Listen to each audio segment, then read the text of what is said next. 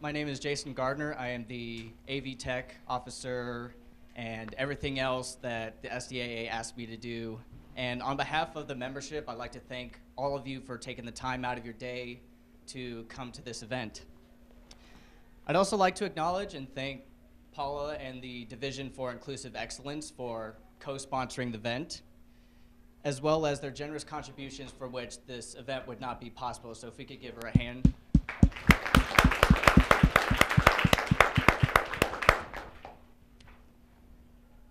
As an adult who lives with ADHD, there are a few statements that I would like to address. One, that ADHD only affects children and teenagers, and that once we reach adulthood, it doesn't affect us anymore. And two, that attention deficit disorder, or ADD, is a milder form of ADHD. Well, both of these statements are false.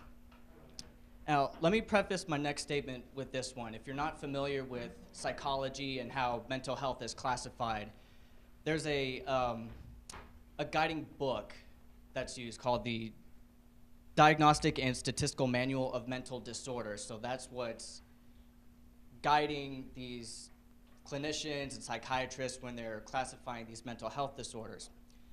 So according to the 5th edition that was released in May of 2013, ADD is neither mentioned as a legitimate condition nor even referenced. Yet, it has become popularized in everyday talk to explain brief lapses in attention or distractibility, that I got distracted because my ADD temporarily kicked in. The 5th edition also updates the definition of ADHD to include affected adults. The revision comes after nearly 2 decades of research that prove that ADHD can continue and persist through adulthood. But I feel society has an expectation that as adults we should be in complete and total control over our minds and the way we act, and that anything we may attribute to ADHD is just a perceived lack of acceptance of responsibility for our actions. But adult ADHD is just as real as autism or PTSD or depression. I can function just as well as the next person, but that doesn't mean that my mind is in total sync with my body and how it expresses itself, or that I'm in control of my mind at all times. There are many adults with ADHD who have gone on to achieve many wonderful things in society. Adults like Maroon 5 frontman Adam Levine, or actor Channing Tatum, or Olympic gold medalist Michael Phelps. Our esteemed guest today is also on that list. He is a practicing attorney, consultant, and motivational speaker. He is a nationally recognized figure in the disability community and a frequent resource for the media on issues involving ADHD and disability advocacy. He is a former national board member of the Children and Adults with Attention Deficit Hyperactivity Disorder Organization and Attention Deficit Disorder Association, as well as the past executive director of the EDGE Foundation, which is a nonprofit that provides specialized coaching support for students with ADHD and executive functioning impairment. Ladies and gentlemen, it is my honor to introduce to you Mr. Robert M. Tudisco. Thank you. Thank you very much. I'm going to tell you up front, I'm going to apologize to the cameraman because I move a lot, so you're going to have to track me. But one of the things I think that's important is hearing from someone with ADHD to talk about their experiences. When I speak at parenting groups or schools around the country, even if it's a legal presentation, the parents don't say to me afterwards, "Thank you for giving us that legal information. It's all valuable, but if I can help put a face on what people are trying to understand, then I've done my job." Okay? So, let's go forward. Okay. What is ADHD? ADHD, despite all of the myths that you hear, is a neurobiological condition that affects a certain portion of your brain, called the prefrontal cortex. Now, I'm not a doctor. In law school, one of the things they teach you is when you're going to step outside of your field, you give a good disclaimer, okay? I'm not giving you any clinical information or expertise. This is from my research and my understanding and my 49 years of experience living with ADHD. I often say that I have ADHD, but my wife suffers from ADHD because she married me, okay? So it affects the portion of your brain that regulates executive functioning, okay? And that's significant. I'm sure I'm grossly simplifying this, but that's essentially what it is. And specifically neurotransmitters. Dopamine being probably the most significant, serotonin and norepinephrine, okay? Now, executive functioning, what is it? Organization, prioritization, time perception. And I really want to kind of focus on that for a second because people often say people with ADHD can't manage their time, okay? That is a gross oversimplification. If you have an executive functioning impairment, you can't manage anything effectively. Time poses a much bigger challenge. It's more about time perception, the ability to, in any kind of realistic sense, perceive time. Because you have to understand something. Thoughts, in addition to outward hyperactivity, there's something called cognitive hyperactivity. I was being interviewed a number of years ago for an article in the New York Times Sunday magazine about adult ADHD. And I'm talking to the reporter, and she said, you know, you seem so normal. And first of all, I don't think there's any such thing as normal after doing this for a number of years. But one of the things I said to her was that we're sitting in my office having a rational conversation. But what you don't see is that there's an amusement park going on in here right now, okay?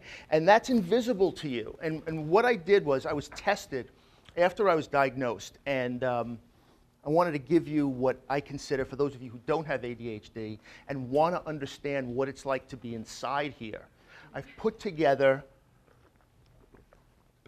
somewhat of a visualization, okay? Now, this woman came to my office, and I wasn't allowed to take my medication that day, so I was completely useless in the office. She came in and did a series of tests on a computer that, again, I could be fracturing this, but reduced everything down to 2 functional IQ scores. One of them was my verbal comprehension, and the other one was my working memory, okay? She told me afterwards that in my verbal comprehension, I scored somewhere around 137, which she said was pretty high functioning. In working memory, I scored an 89, okay, which is very low. Now, I'm told that if there's a 15-point discrepancy between those 2 scores, that's considered clinically significant. I had a 40-point spread, okay? And I'm driving home and I'm thinking about this, and I was really kind of nervous about what the implications were to me. And I got home, and my wife said to me, did you learn anything about yourself from the testing? And I'm saying to myself, you know, I feel like I'm like the Rain Man here, you know? I can do some things incredibly well, but there are some things I really am subnormal at. And it's kind of frightening in a way. And so what I developed in my head was this visualization of, if you picture a place like New York City, which is the center of culture and commerce and fashion and music and everything in the entire world, and people are flying here from all over the place because New York is this central place. But instead of having several international airports, they had one poorly run landing strip, okay? Now, the planes are coming in from all over the place, but there's nowhere to land, okay?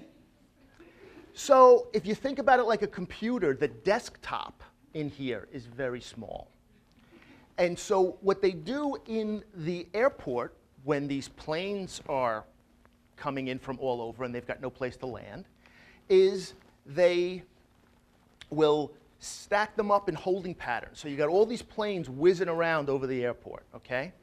But think about it for a second. If one of those planes had a bomb on it, it would get instant clearance to land because it's an emergency.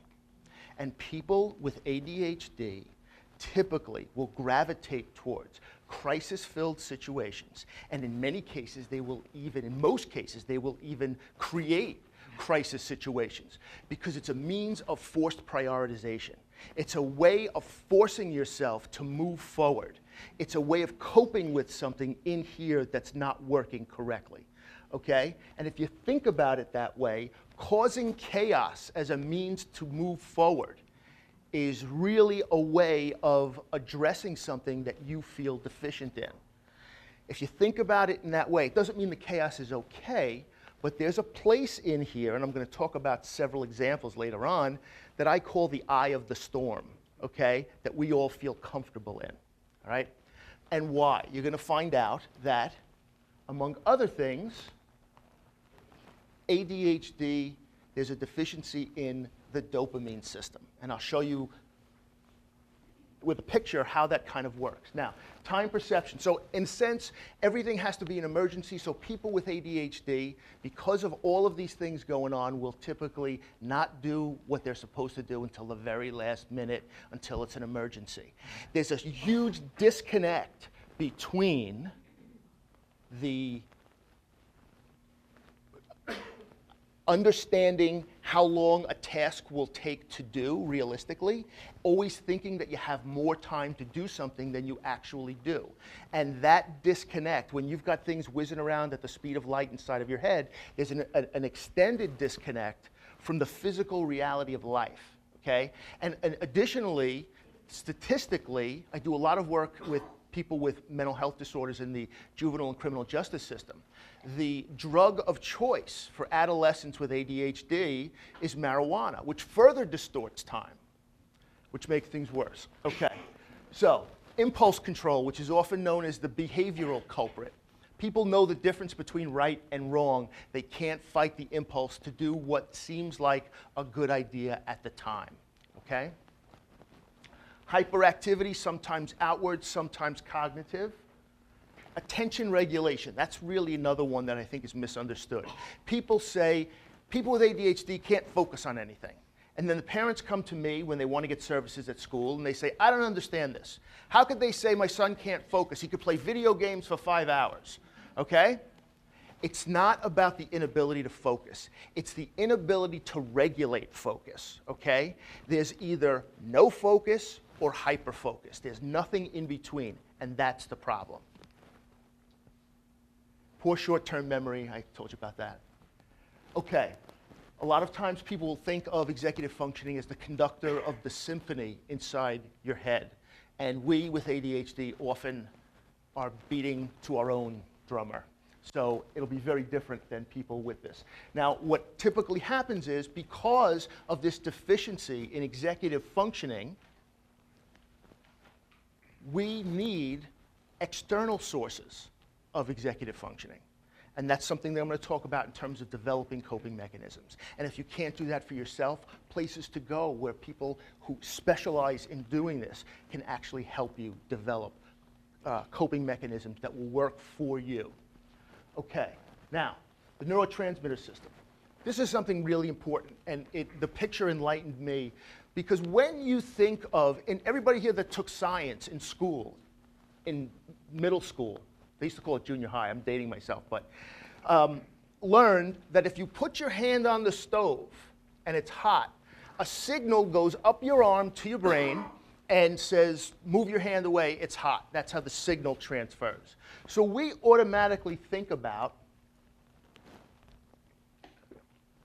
an electric light fixture, for instance. You plug it into the wall, the electricity goes up the wire, and makes the light go on. It's not that way in the human body. It's not a long continuous wire. It is a series of disconnected wires which are bridged, if you can see there, by neurotransmitters that have to be received a certain way. And if your body neurologically is either not producing them or they're not being absorbed quickly, that is a problem. It represents a disconnect. Plus, where dopamine is concerned, dopamine is also the pleasure center of the brain. which is why people with ADHD often seek high stimulation activities, okay? Always high stim, whether it's, I've represented a number of people, gambling addiction, drugs and alcohol, sexual addiction, anything that excites that center of the brain. Okay. Now, diagnosis as a double-edged sword.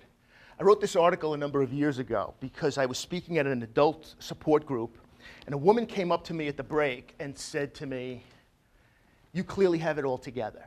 So what's the best calendar system to use? Is it the day timer or the other one?" And I'm like, all you need to do is spend 15 minutes with my wife and you'll know that I don't have it all together, okay? There are times when my wife clearly wants to throw me out a closed window, all right? And I get that. I'm no day at the beach. So how does the diagnosis kind of come into play, all right? Well, first of all, it's a huge positive in the sense that there's a relief. There's a name for it. I'm not lazy, crazy, or stupid. It's medically based. There are other people out there. These are huge reasons to breathe a sigh of relief. The negatives. We assume, as intelligent people, that once you understand why these things are happening, it's easy to fix. It's not that way. This is hardwired into our systems neurologically. You can cope with it, you can't just fix it.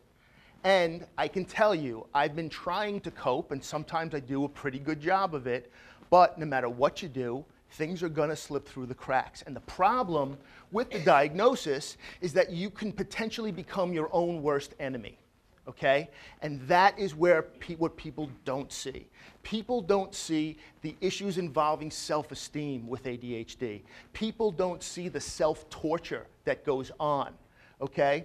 And that is really something that can be a problem because you assume, well, I'm taking my medication, or I'm seeing a coach, I'm seeing a therapist, I've got support at school, but I still lock myself out of the car. What's going on here? And again, it enhances your poor sense of self-esteem, which is a huge problem for adults and children. Okay, symptoms and problems. School and workplace issues, relationship issues for sure, motivation, self-esteem, judgment.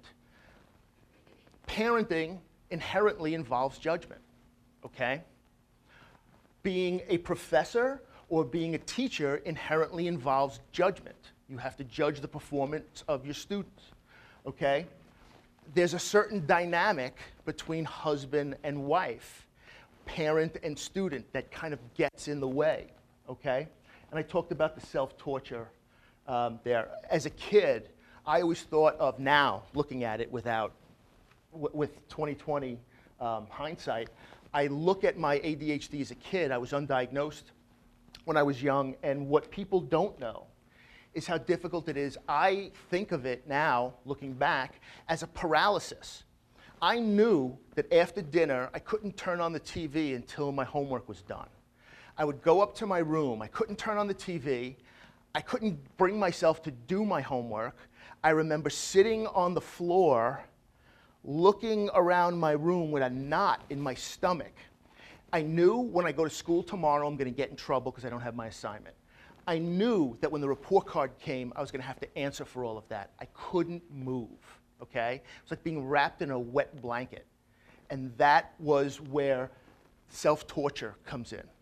Most of us will impose higher sanctions on ourselves as a form of some kind of penance.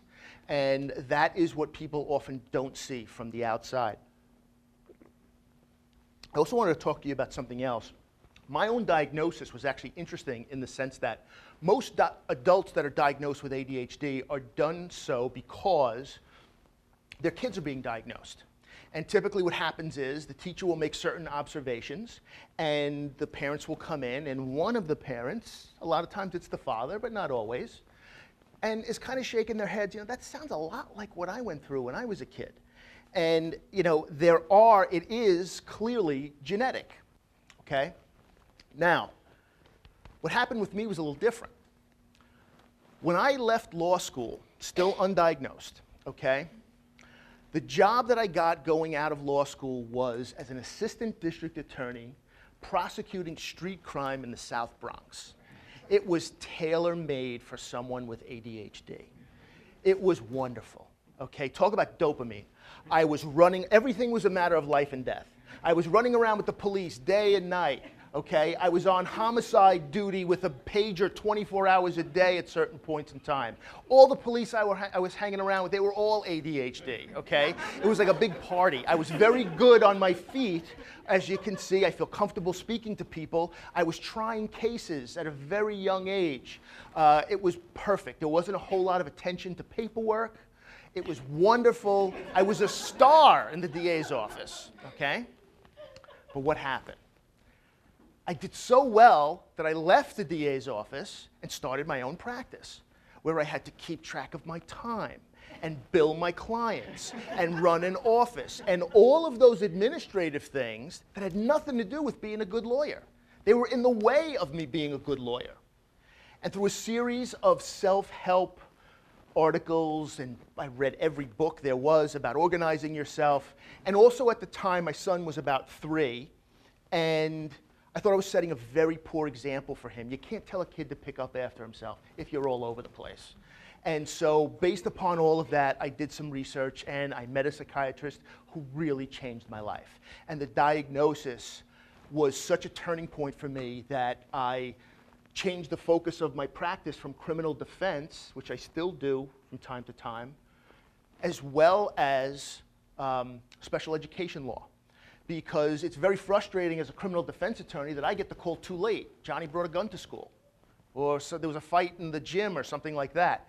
If I was helping his parents get a behavioral intervention plan put in place when he was in 3rd or 4th grade, I might not be getting that call later on. And as it turns out, a lot of these kids get arrested at school.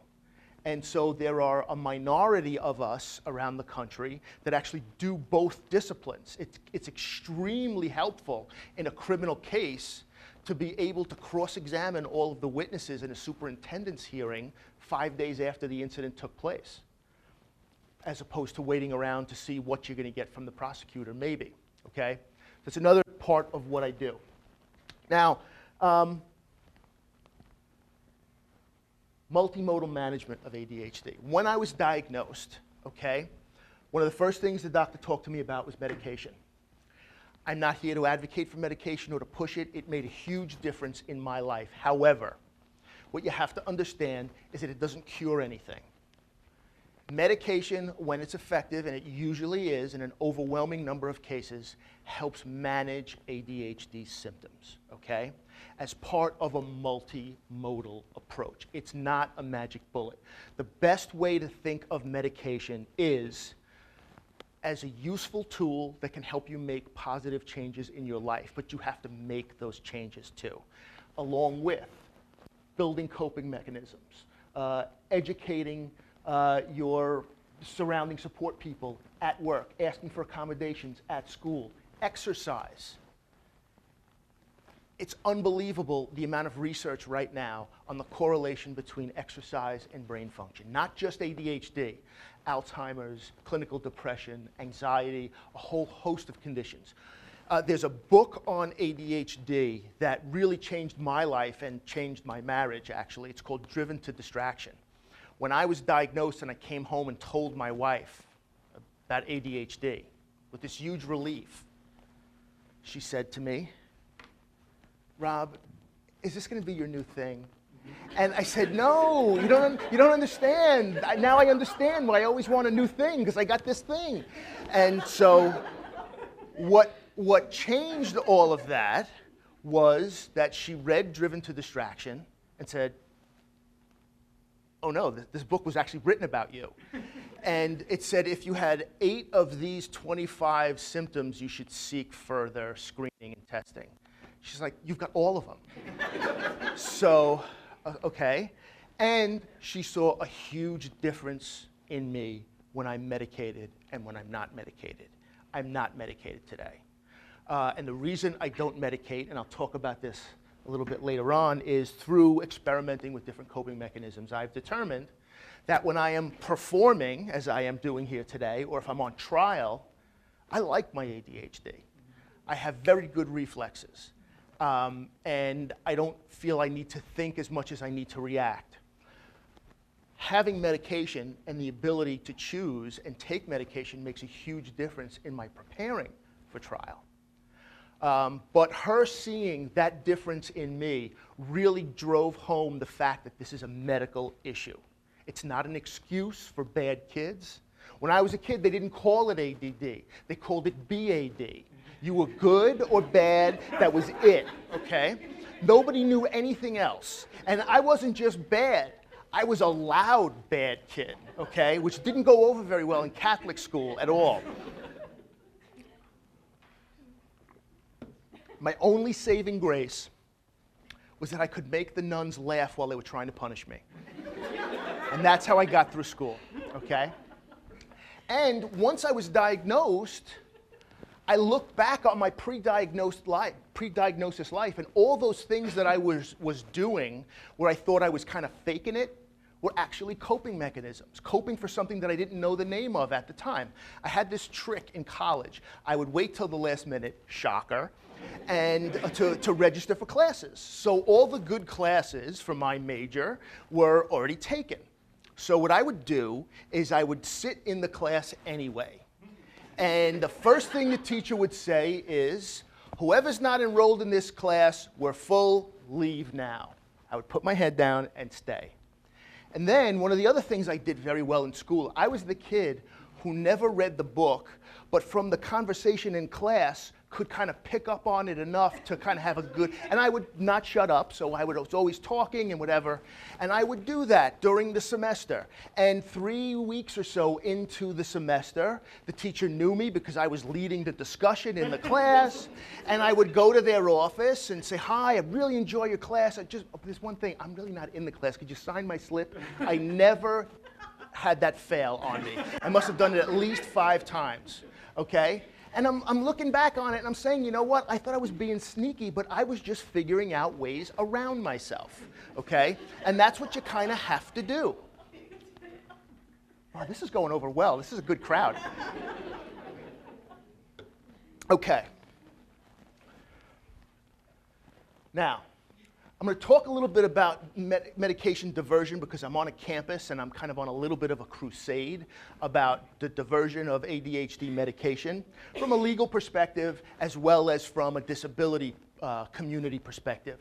What it's really important to know is that the diversion of stimulant medications is real. It does happen on campuses where students will either share or steal or sell their medications. And what you have to know is that stimulants are a Schedule II controlled substance, which are regulated by the Drug Enforcement Administration. And in the eyes of the law, no money needs to be exchanged for it to be considered a sale. So if you lend your friend a pill because he's crunching for a test or something, that is the sale of a controlled substance, and it's a felony in every state. And there's 3 problems there. Number 1, you subject yourself to criminal prosecution. Another problem is you subject yourself to administrative sanctions on campus. And also, you feed into the myths about ADHD that somehow these drugs or these medications are exciting and thrilling and addicting, and we're drugging these kids and they're stoned on this stuff. It really undermines our argument that this is a medical condition and people need these medications to function. Okay, that's really important. Plus the fact that just medically, it's dangerous. I take Lipitor because of my cholesterol. Potentially, there could be a problem with my liver. So every 6 months, my doctor checks my blood to make sure. If I was borrowing or stealing my friend's Lipitor and it was affecting my liver, that's a nightmare. There could be an allergic reaction. There could be a reaction with other medications you're taking. Any drug, not just ADHD meds, any drug that's taken without the supervision of a doctor is dangerous. End of story. Okay? So, what do you need to do? Safeguard your medication, never take it recreationally, never share meds ever. If you don't like the plan, and this is really important, when students go off to college, I used to run the EDGE Foundation, and I'll talk about EDGE a little bit later. I spoke to a lot of students, and what I found was that a lot of students would typically not go for help at the disability office because they felt that ADHD or Asperger's or bipolarity or any of these conditions was something that their parents told them they had and made them feel broken. And when they go off to college, all they want to do is fit in. I don't want to be ADHD anymore. I'm going to leave it home, okay? And there are students who say to me, well, one of the byproducts of this is that they don't take their medication pursuant to the medication plan anymore, okay?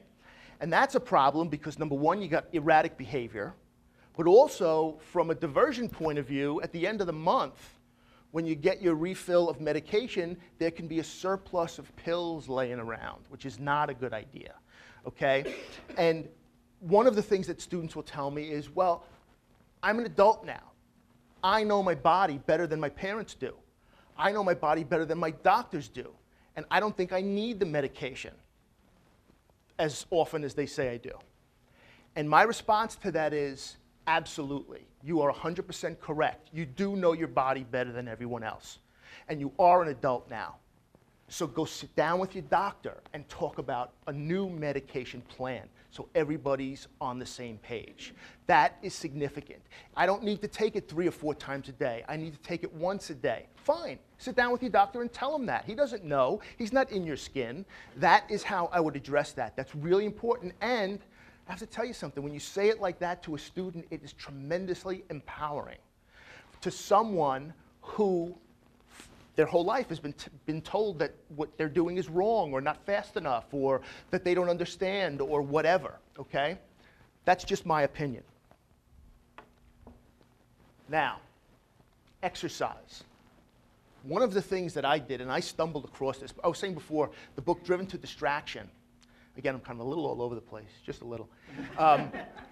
Driven to Distraction is an excellent book. If you have not read it and are interested about ADHD or you think you are and you want to know more information, run, don't walk to the bookstore and get it or the library, okay? It is an amazing book. It's withstood the test of time. It was written in the late 90s. One of the authors, John Rady, wrote a book about 3 years ago called Spark, the revolutionary research behind the correlation between exercise and brain function. It's written in lay people's language. It's an excellent book. It talks about a lot of conditions, and I highly recommend that you look into that. Because if you're opposed to medication for personal reasons, and I say that's a personal choice, okay? But you gotta do something. You can't be out there on your own. You need some kind of support network. And if you're not going to first of all, I think a multimodal approach, like I said before, is the best approach. But if you're deciding whether I feel comfortable taking medication, exercise, it's free. If you're on campus, I couldn't believe when we brought my son to college, the facilities that he had to use. New equipment, all of this stuff, it's at his disposal. Use it. It's a great way to develop a routine, to get to know your body better, to feel more comfortable and confident inside your own skin. What I actually did when I was diagnosed was learning about ADHD and trying to get as much information as possible. I said to myself, and this is one of the ways that I developed some of the coping mechanisms that work for me today, is that I actually went back and took out college transcripts and said, look, I wasn't diagnosed back then, but there were some semesters where things were working and some semesters where they weren't. Let's look at what was going on here, okay? And I can tell you like clockwork, the semesters I did well, I remember distinctly that I would run. And I didn't do it for physical activity. I did it for mental activity. That was my therapy. If I was uptight about something going on at school, if I had a paper, if I was studying, if I had, to coordinate between, I worked 2 jobs when I was in college and my studies, I would just go out and run, whether it was 2 o'clock in the morning or 5 a.m. or in the afternoon, whenever I felt like it, I would pick up my shoes and just go. I needed to move. And I learned two things about that. One is that exercise works very well for me. The other thing is I am a kinesthetic processor. As you can see, I need to move in order to think. I pace. If I'm cross-examining a witness, it's tremendously unnerving to be talking to them from different points in the room and making that laser eye contact when you're focusing in on someone, okay? And I know that I think of myself as a thought factory that's powered by the movement of my body, which as educators, you may recognize the kids that are tapping their pencil or shaking their leg or fidgeting around. They're revving up their engines, okay? That's really what they're doing. To the extent it's not too distracting, you should encourage it if you can. Okay. But that, again, I'm not here to tell you, this is a coping mechanism I employ, do this, or try this. What I want to really highlight today is the process that I went through to look at myself and say, I know I'll never be able to do it this way. I'll mess this up. Or let me try and do it this way. And I'm going to go, when we finish at the end, I'm going to tell you a whole bunch of stories that hopefully you'll find amusing.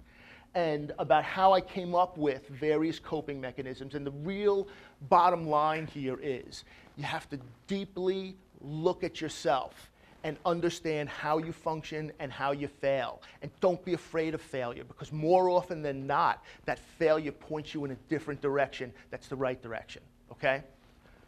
Now, okay, coping mechanism. Introspection is the key. Enjoy the gift of unconventionality. That's what I say, okay? You hear a lot on TV, you gotta think outside the box, you gotta think outside the box. They have to think outside the box. We live outside the box, okay?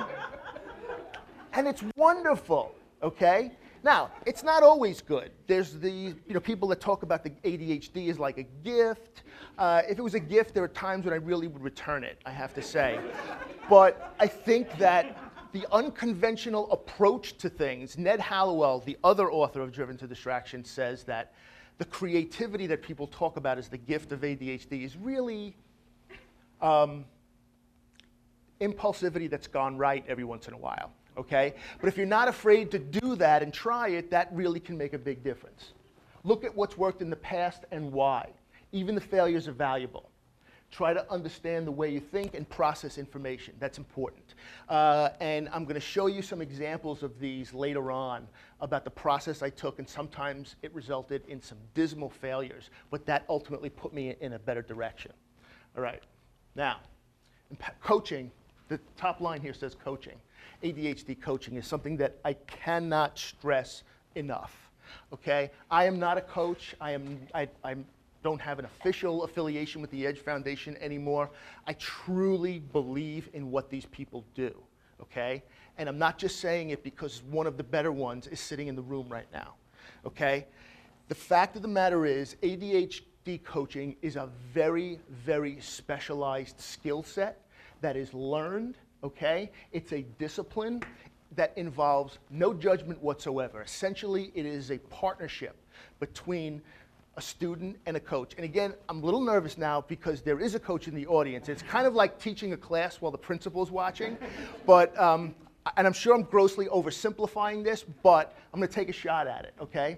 It is a partnership between a student and a coach. There is absolutely no judgment involved. It's completely student or client driven and talent-based. This is not about you can't do this and you can't do that or you didn't do this right. This is about helping someone understand that they have incredible talents and incredible value, because the bottom line here is to learn to gravitate towards your strengths and learn to navigate around your weaknesses, okay? Coaches employ what I'm told is known as a non-directive questioning approach. They don't tell a student or client what to do. It's not like mentoring, because they don't try to get them to emulate their behavior. They pull from these students and clients information and help them recognize their inherent value and things that challenge them. The doctor that diagnosed me told me, look, it's not all bad with this ADHD, okay? He said, I would never let someone with ADHD balance my checkbook, but it's the only person I'd want to be standing next to in a burning building. There are things we do really well. There are things we don't do very well at all. And knowing that and gravitating towards the right ones and learning to navigate around the areas where you're more challenged is really the key. And if you find it difficult to develop structure, support, and accountability on your own, a coach doesn't do that for you. A coach helps you figure out ways that you can build that on your own. If I had one word to describe the coaching relationship, I would use the word empowerment. And that is so incredibly crucial for people with ADHD, okay? It was an offshoot of executive life coaching that was developed essentially by a woman named Nancy Rady, who was the wife of one of the authors of Driven to Distraction. She was, and Nancy, if you've never met her or seen her speak, she's got HD ADHD, okay? She really developed a specific model for executive life coaching to deal with the symptoms of ADHD and executive functioning impairment. And it is incredibly valuable. When I was running the EDGE Foundation,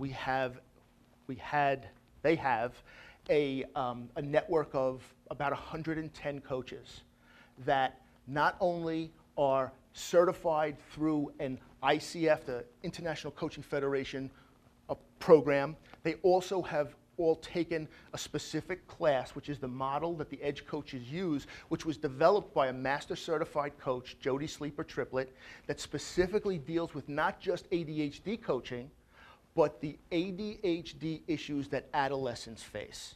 It's geared towards student issues, and it was a nonprofit. What happened essentially was Neil Peterson, who's the CEO at EDGE, was a successful entrepreneur with raging ADHD. Specific research that quantifies the increase in self-regulation that students experience when they've been coached. There was a study, they raised $1 million. There was a study across 10 colleges throughout the country. And they tested the students with what is known as a learning and study strategies inventory, LASSI, and determined the effect of the coaching on those students after 1 year. And the results really exceeded our expectations. The scores in the LASSI portion that correlates with self-regulation more than doubled in the students that were successfully coached. So it worked out really well, and we're really trying to develop a means of educating the public about coaching, what it is, because I believe this is going to really be exploding in the next couple of years. Okay. Now, in addition to the partnership, helping students develop structure, support, and accountability, what will happen is the coach and actually the student will set goals. Not the coach's goals, not the parents' goals, not the faculty advisor's goals, the student's goals. They run this process, okay? And what will happen is the coach and the student will develop a partnership and develop a plan to achieve those goals.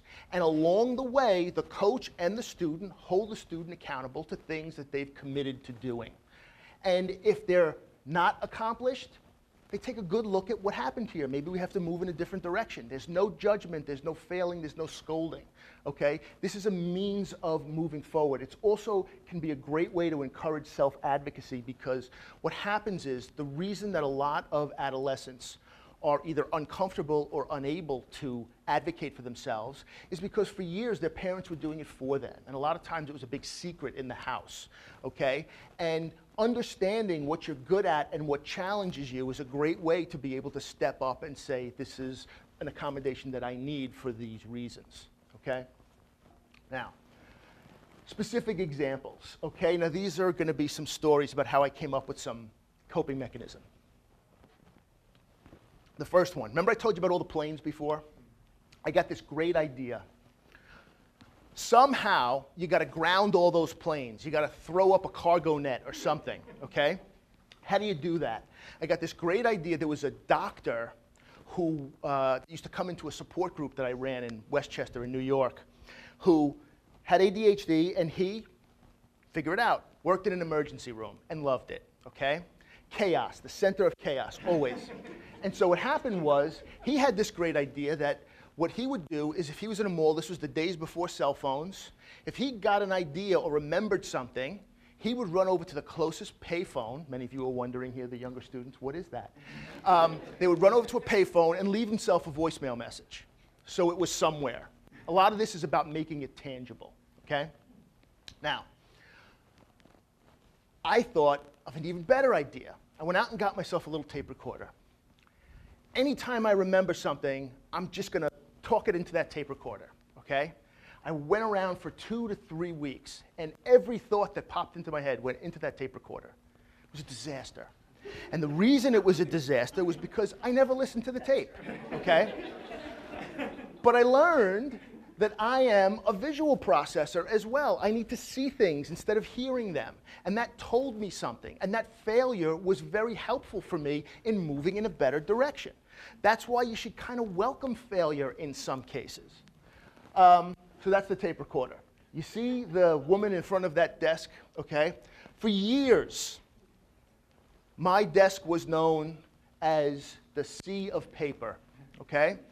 And it was really a problem that I had. And what I learned about myself was one of the main reasons my desk was a sea of paper was because I am so visual that my worst nightmare is putting something in a file cabinet drawer.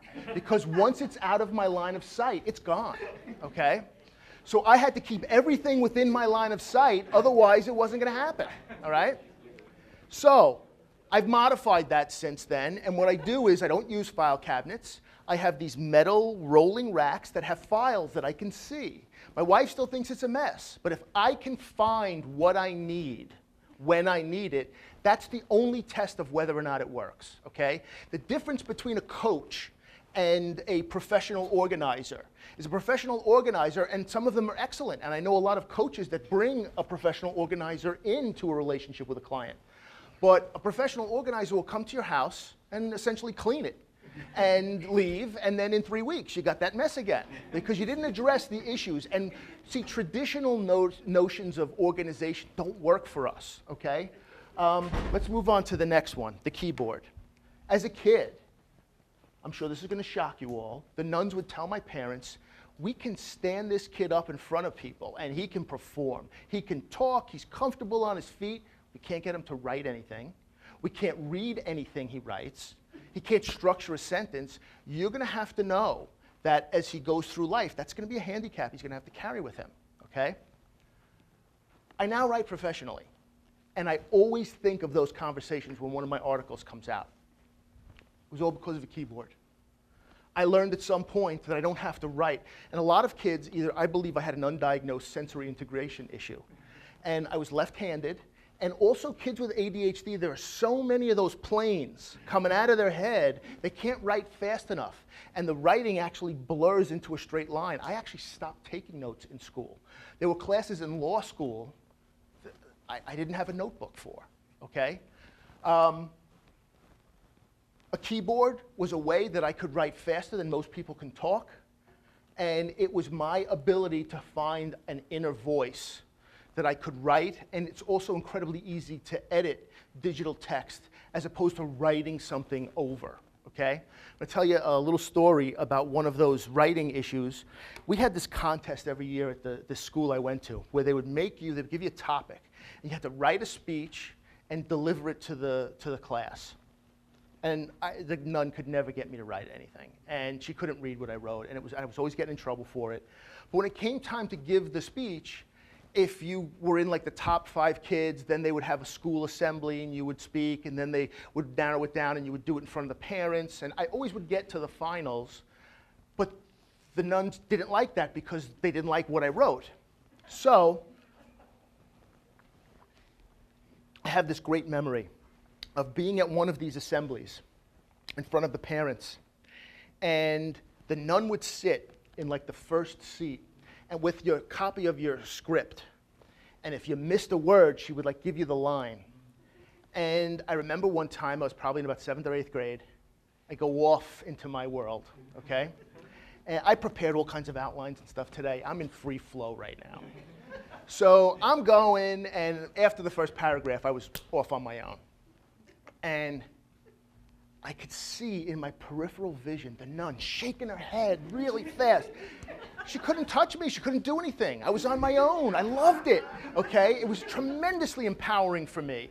That was something I always knew I was good at, okay? And that's kind of how I found a lot of things. The next one, the basket. One of the ways I found a lot of coping mechanism was looking at relationships with prior girlfriends, okay? Let me tell you, there was this one girl I dated towards the end of college where, how am I doing on time, by the way? I'm okay. So I would go to her apartment, and she would block the doorway when she opened it with a basket in her hand. And she would say to me, you can't come in unless you give me your keys, wallet, and glasses now, okay? Because I'm not spending 25 minutes looking for them with you, okay? I see people laughing. I think it sounds familiar. So I thought about that, and I'm like, you know what? That worked. That worked really well. So I put a basket by the front door, and there's a basket on my night table, and I contain myself, okay? Works great. But I travel a lot for these kinds of presentations, and I have lost beepers and cell phones and chargers. I was in a hotel, and I left my cell phone charger once, and I was back at the same hotel about 3 weeks later, and I said to the guy at the front desk, I think I left my cell phone charger. The guy goes, no problem. And he got like a milk crate with like 1,000 cell phone chargers in it. He's like, go help yourself. So I needed a basket for when I travel. Baskets aren't easy to pack, okay? And that was a problem. So I had to think. Deep introspection, okay? I went out and bought myself a collapsible dog dish, okay? And whenever I go to travel, I scrunch it down and throw it in the bag. When I get to my destination, I pop it out like a top hat and put it right on the thing. It works for me, okay? I've lost contact with this girl. I can't tell you how many times I've tried to tell her how brilliant she was. Another thing is, I told you about running, so you got that one already. I'm going to go to this one because that one's a good story. The earplugs. This same girlfriend, her roommate worked at an accounting firm. And I used to say to myself, could you imagine anything as boring and dry as accounting? And I apologize for the accountants out there. So she used to have these earplugs, foam earplugs. And I didn't understand why she would have those. She said, when they make us read the tax code, it's really hard to pay attention to it, so they give us these foam earplugs. I said, that's brilliant.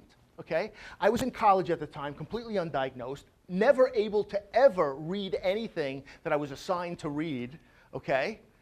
I'm going to go buy earplugs. They got me through college, they got me through law school, they got me through the bar exam, okay? It was a savior. I had to modify that because in a crowded office, you can't disconnect completely. I found, for me, classical music or Spanish guitar music, for some reason, in the background, helps me as white noise, okay? Now, the binder. The binder's a good one.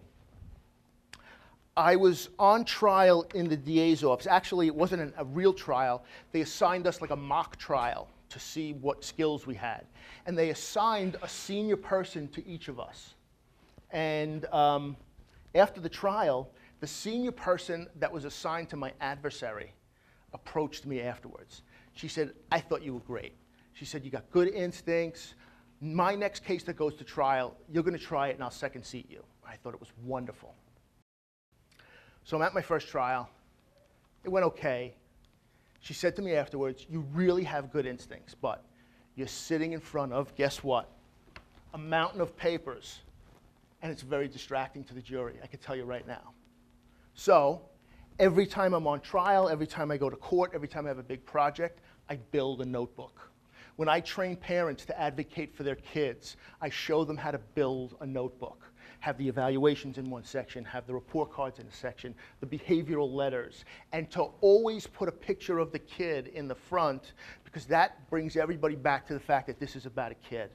And my very unscientific research shows that the most incorrigible,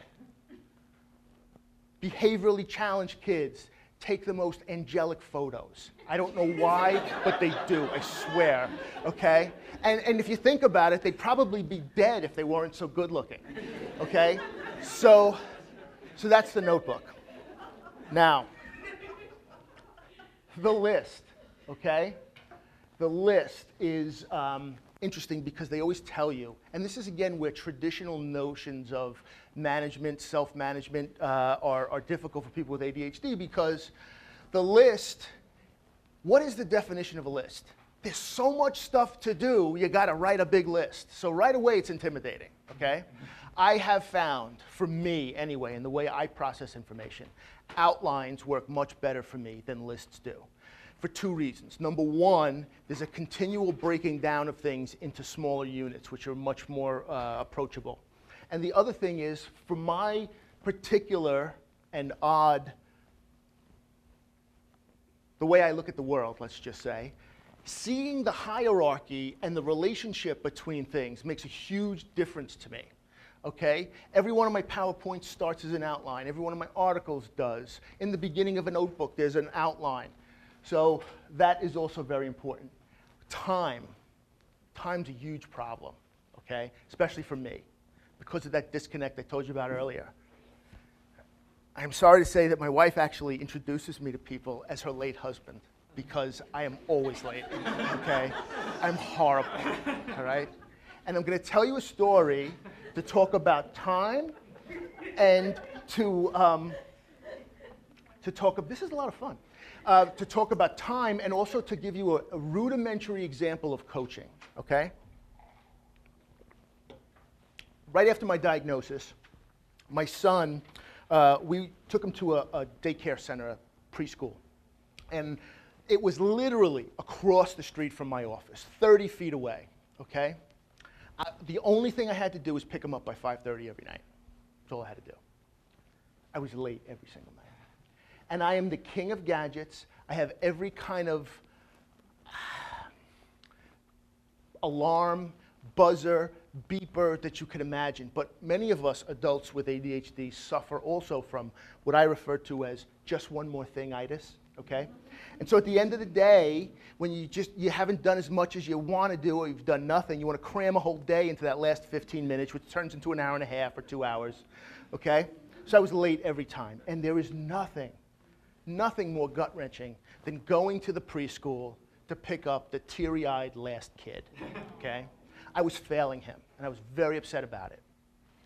And no matter what I tried, I'll just run faster across the street. Didn't work. So what I did was, I thought about, there's got to be something that happens around that time of day that happens whether I'm involved with it or not, okay? And what I came up with was, at the time, I had a young lady that worked for me, who she was very strong-minded. At 4:59, she worked for me. At 5:01, she was on her time, okay? And so I went into her office one day, and I said, come, I want to talk to you in my office. And we sat down, and I said, okay, look, it's a new rule in the office. You're not allowed to leave unless you take me with you, okay? I'm giving you permission right now. I don't care what I'm doing. She would come into my office, open the door, and say, stop your nonsense, put the phone down, we're going. I was never late after that, okay? I made myself accountable to someone, okay? Now, another issue is there are parents that say, well, I kind of do stuff like that with my son or daughter or whatever. Let me throw this at you. Instead of asking my paralegal to do that, if I had asked my wife to call me at 5 o'clock every day to remind me, that would have been a problem. Because there's a dynamic between husband and wife. There's a dynamic between parent and student. And in many cases, I would tell these college students that would call Edge and say, the bottom line is, a coach is also a great way to get your parents off your back, okay? It's a stress release valve for them and for you, okay? So the only caveat about coaching is the student has to really buy into the process. They have to step up and own themselves and want to do this. Otherwise, it won't work. And every time I speak about coaching around the country, parents will raise their hands and say, that's exactly what my son needs, especially if the poor kid's sitting there. How do I make them do it? You can't make them. That's the whole problem, okay? Or the other one is they'll say something like, okay, we're going to give you the first semester. If your grades don't come up, you're getting a coach. Now the coach is the punishment. So that's not going to work either, okay? You have to be realistic about this. I say to them, encourage them to look into it on their own. When we released the results of the EDGE coaching study, CNN picked it up. And there's a wonderful short video on the EDGE website that's Jodie Sleeper Triplett, the woman whose model the EDGE coaches use, and a student. They show her coaching her on Skype, in person, and the benefit of it, the value, the gold there is the student talking about what it's like to work with a coach. My ADHD doesn't define me. It's like I have green eyes or blue eyes. You know, it's just something, I'm me, and I have ADHD also, like I have blonde hair. So that is something that I think that is, as funny as I can be on the phone with these students, hearing from a peer resonates with them a lot. And I tell the parents, encourage that if you can. All right, where am I here? You know about the running, the car story. Being as time challenged as I am, I was having this one problem. I liked going to this therapist, and she knew I had ADHD, but I was late every single time I went to her office. It was in Midtown Manhattan. And so I made it my own personal quest to make at least one visit on time.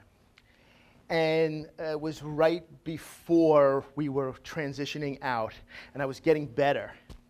And I was determined to get there on time. So I drove to her office, and I was, for us, I'm not late if it's a half an hour away, and I'm 10 minutes, if it's a half an hour away, and there's 10 minutes, and I leave, there's 10 minutes left to get there, I'm still not late, okay?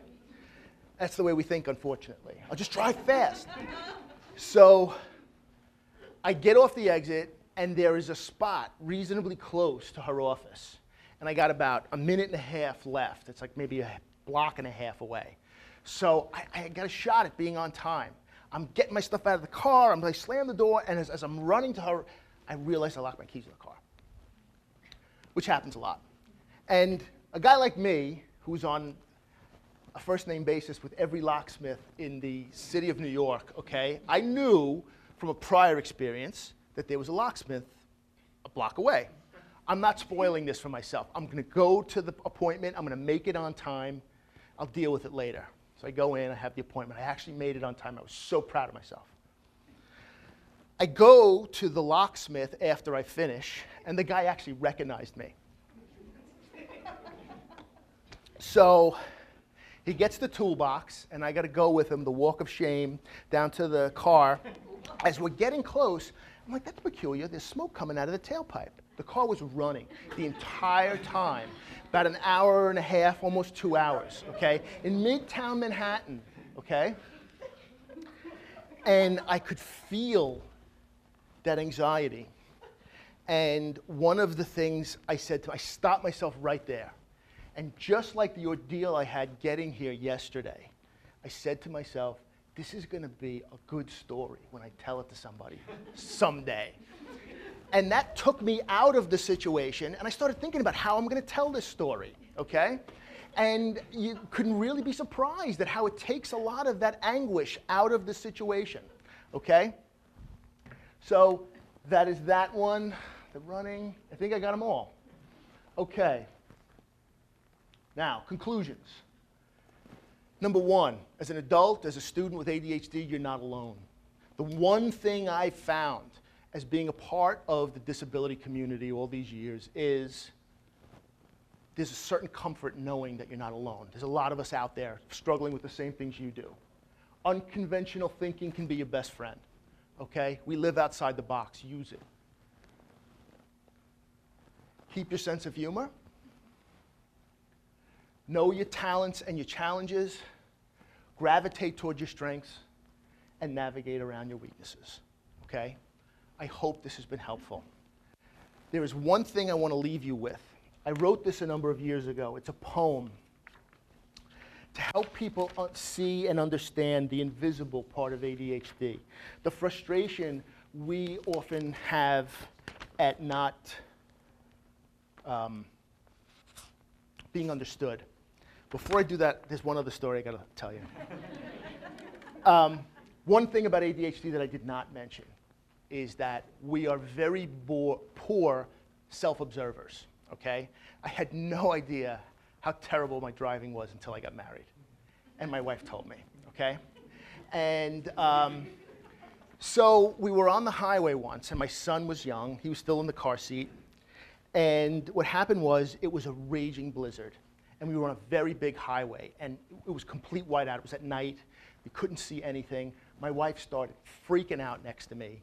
And again, this is my zone. This is the zone of chaos. This is the eye of the storm. It seemed so obvious to me. I shut down all of the lights in the car, and I could see everything. And my wife was screaming, "We're going to get hit by another car. We're invisible now." I said, "Would you rather be driving blind or invisible to everybody? Think about it." She was like, "Wow, I never thought about it that way." And it was something that was very instinctual, if that's a word, to me, and I think a product of being able to react to something on the fly. Okay. I actually wrote before the poem, "Driving, Eye of the Storm," in case I forgot. That's why I brought it up. Okay, now, I wrote this poem, and I get emails, letters from parents all over the place saying it's emotional, thank you for helping me understand my kid. What they don't know is that I went out for a run one day because I truly didn't think my wife understood me. And this is what came of it. It's called The Wonderfulness of Me. If you took all of the things that were special about me, you could put them all together and call it ADHD. No better, no worse, just different, that's me. I'm really not crazy, please try and see. Like a talented wizard in a world full of muggles, it's no wonder all you see is frustration and struggles. As I daydream and drift, you think no one's there, but nothing could be further from the truth. Believe me, I swear. I see your impatience as my mind starts to wander, but you don't know the depth of the thoughts that I ponder. For creative thinkers get lost in deep thought, which leads to the illusion that we cannot be taught. I know trying to reach me can give you the blues, but I wish for just once you could walk in my shoes. To see things through my eyes, you would be amazed at the speed and sheer volume my thoughts seem to blaze. I'm not lazy or stupid, if only you knew how truly difficult it is to limit myself and think like you do. But I can see things that you'll never see. It's like second nature because I am me. With lightning-fast reflexes, I can switch gears. To be firm and inflexible is the worst of my fears. I'm calm in a crisis and know just what to do, for I'm in great company. Mozart, Edison, and Churchill, to name just a few. So show me some patience as I'm patient with you. Just a little tolerance, it's long overdue. Please try and understand me, along with my ADHD. It's a very big part of the wonderfulness of me. That's all I have. If anyone has any questions, I'll be happy to entertain them.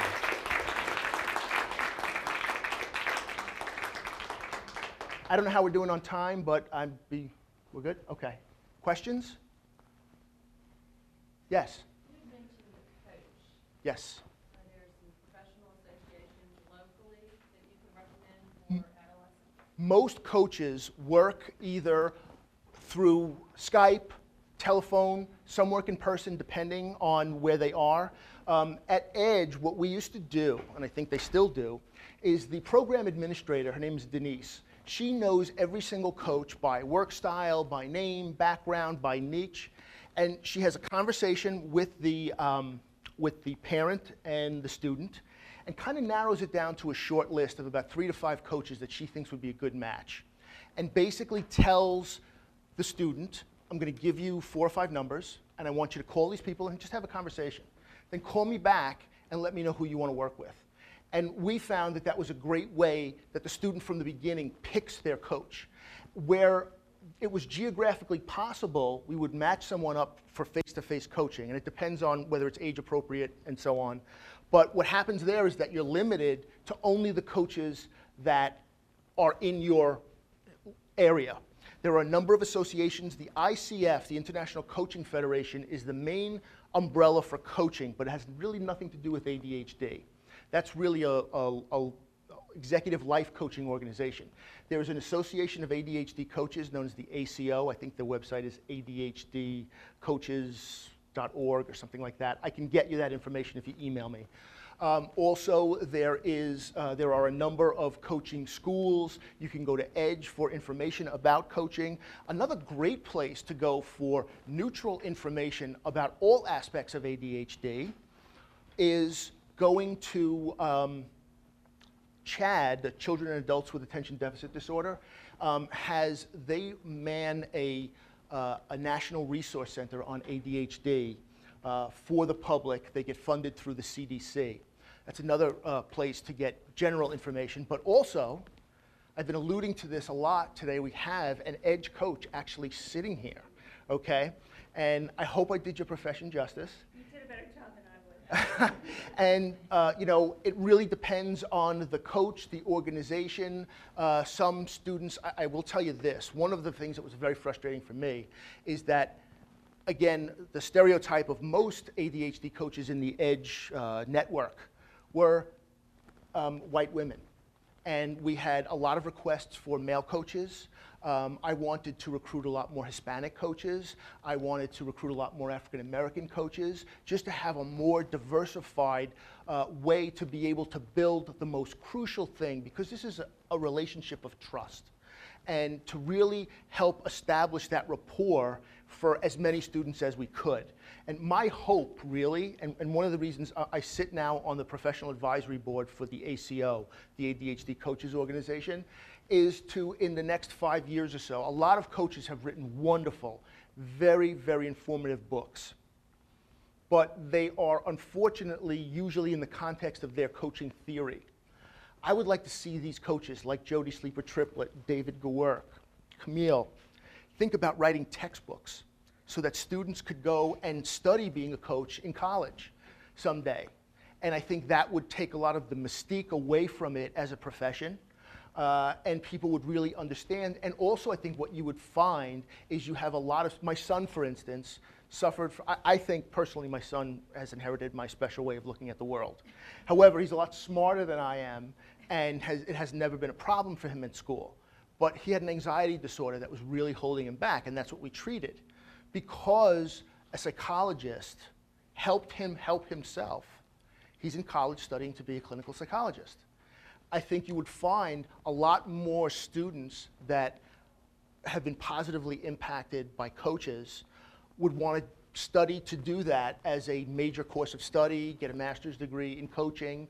There are a couple of schools here that are kind of talking about it, but I would really rather see the ADHD coaching community drive that process as opposed to an institution, you know, but I hope that answers your question. Okay. Anyone else with a question? Yes?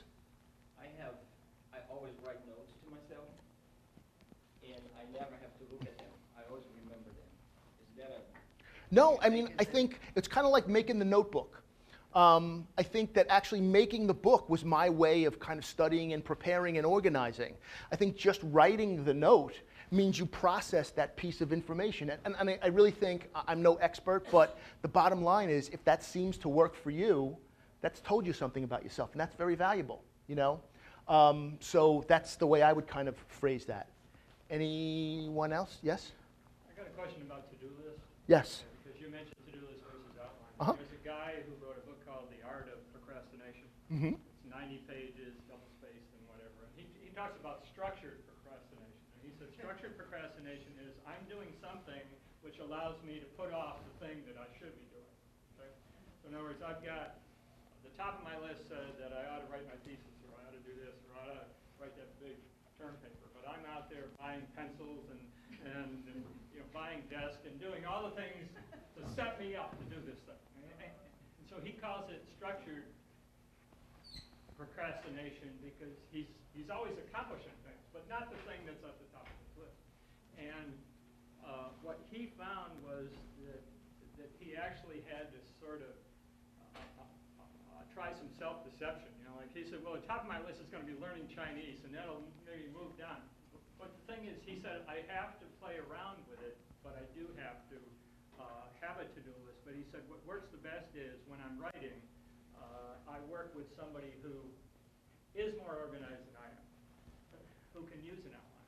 which is a way of kind of being accountable to someone who really kind of, like, you know, I'm going to run, but I'm not going to get up myself. I'm going to bring a buddy with me to kind of keep yourselves accountable to each other. It really is a very primitive form of coaching in some way. And I think that, you know, just to say something to kind of piggyback on what you're saying, if you're having difficulty sitting down to write that report or that paper, there are other things that you don't like to do, but you hate less than that thing. And you'd be surprised when you're trying to avoid writing the report how you can get the house cleaned or other things like that. And if you learn to kind of work that into some kind of workable frame, that may be, but I think one of the things that coaches do is we'll say, you know, if a student comes in, okay, I've got a term paper that's due. All right, what do you think is the first thing you might want to do when you get that assignment? I don't know. What would you do? What's the starting point? Maybe figure out a title or what I'm going to do it on. Okay, you think you could do that by next week? And we could talk about the thing. I mean, it's not a big deal. Just think of the title. You don't have to write anything. You don't have to go anywhere. And if the student could commit to that, and they come in and say, you know, I couldn't, I'm so confused. I had so many thoughts. I didn't know what to do. All right, you got any ideas maybe on how we can kind of figure out an acceptable title? What do you think you could do maybe? Well, I could ask the teacher maybe. I could ask my friends what they're doing it on. Okay, can you commit to doing that for next week? That kind of structure gets them, because the hardest thing about doing any of these things, and procrastination is not limited to ADHD, okay? People procrastinate for a number of different reasons, and everybody kind of does. It's much worse if you have ADHD, I think. But getting started is usually the problem. There's some barrier that gets you, once you climb over that fence and actually kind of start the process, it's less intimidating. So I think that's kind of something that, and if you can kind of figure out ways to harness your own coping strategies, that's, you know, procrastination could be a coping strategy. I find that if I lose something that I can't find, when I'm scouring the house looking for it, I usually find something I lost last week that I wasn't looking for right then, okay? It's just similar kind of situation. Did that answer your question? Oh. Did you have a question? Yeah, I'm always trying to be an advocate for anyone that's processing information in unique ways. And so a lot of people close to me have been either diagnosed or been suspicious that they have ADHD. And I've had people in my life that have gone through the actual diagnosis and then they've been on medication and they didn't like the way the medication made them feel. So they stopped taking medication and they're not really doing as much to manage it. And I know it's a source of frustration.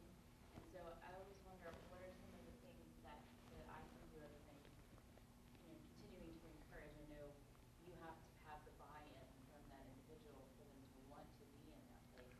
But I just want to, we want to make sure that they're doing the best they can be. And it's hard to see somebody be so frustrated. It is, and one of the things I would suggest, and again, I don't know if this would work, but, and I've had this conversation with people, if you don't like, and there are certain times when I don't like to take medication because, as I said before, if I'm on trial, I had a partner who was the complete opposite of ADHD. He prepared every bit of his trial down to the last thing, and he was a great preparer, very organized.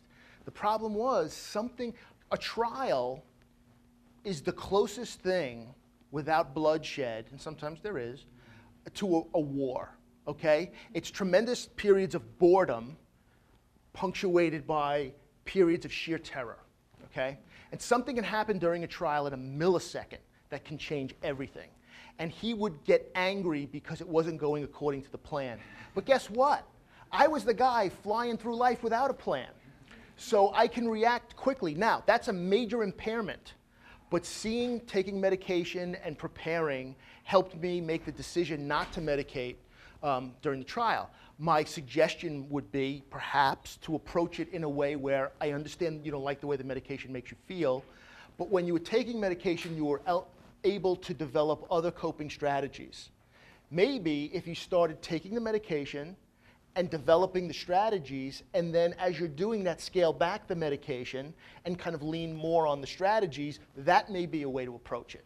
Again, in a way that doesn't sound confrontational or judgmental, but that you can really see things differently. And many people say they don't like taking the medication, and one of the things I don't like about it, it makes me think too much, okay? But I will tell you that the first time I took medication, it was like putting the earplugs in. This is how people can actually concentrate on something and actually climb into what they're reading. I could never do that before. So, but I would definitely encourage that because, again, the medication is only part of the process. Anyone else? Yeah. Very similar to her question would be, what advice would you give to a student or a person that thinks that they might have ADHD but has an aversion to wanting to go see a mental health professional, or doesn't want to, just That's a big problem, and I did a presentation last week on fighting stigma, and it's especially difficult with parents. The question was, if you couldn't hear it, people that have an aversion to going to see a mental health professional. And I have to tell you, you really have to kind of change that mindset. The bigger problem in this country is that people are saying that ADHD is so overdiagnosed. And part of that issue, I don't think it's being overdiagnosed, but a part of that analysis is that the school will say something about the child. A school is not qualified to diagnose them. And the parents will say, okay, and instead of going to a psychiatrist or a psychologist, they will go to the pediatrician because it's safer to go there. And the pediatrician says, well, if they say he's hyperactive, they give Ritalin for that, and he writes a script. That's not a diagnosis for ADHD. And that could be a misdiagnosis. It could be a food allergy. It could be, I've seen kids that have, as a special ed attorney, something called phonemic awareness. It is a learning disability where they cannot equate phonetic sounds with the concepts behind them. And because they struggle with that, they shut down. And it manifests outwardly as ADHD, okay? And that could lead to an incorrect diagnosis, which could be a problem. So it's really important that you take your kid as a special ed attorney. I often say the best way to diagnose it is through a thorough clinical examination by a psychiatrist. For students, though, for younger people, I would say the better way to do it would be a thorough neuropsych evaluation so I can see the subtests and the scoring so I know what I'm asking for when I go into that meeting. I know he's got a slow processing speed, so I'm going to be asking for more time. Because it's not about having a disability. The law says that, well, the law does not say that if you have ADHD, you're entitled to services. The law says it has to be your disability substantially limits a major life activity, okay? So you have to make the connection. So the label becomes less important than the deficits, and that's what you have to focus on. And you got to get rid of, we have to, as a community, we have to get rid of these antiquated notions of a psychiatrist means you're crazy, or special education means the short bus that takes the kids to the classroom under the stairs with the bad kids. Special education is a service, not a place. And parents, the whole thrust of what I was doing the other night, which is on YouTube if you want to see it, is that parents, in trying to protect their kids from these stigmas, often perpetuate them unwittingly, because silence breeds shame. And these kids are a lot more perceptive than we give them credit for in some cases. ADHD, bipolarity, Asperger's has nothing to do with intelligence or sanity. You process information differently. Different means different, not better or worse. It's that simple. I hope that addresses it. Yeah, it's a tough issue. One good thing, though, I find with adults is that adults are more interested in, well, I've gotten through 35 years without medication. I'm going to try it without medication, but they're more willing to go to a coach or a therapist or somebody because they want to be more active in their addressing the disability. So that is, one of the things I've observed.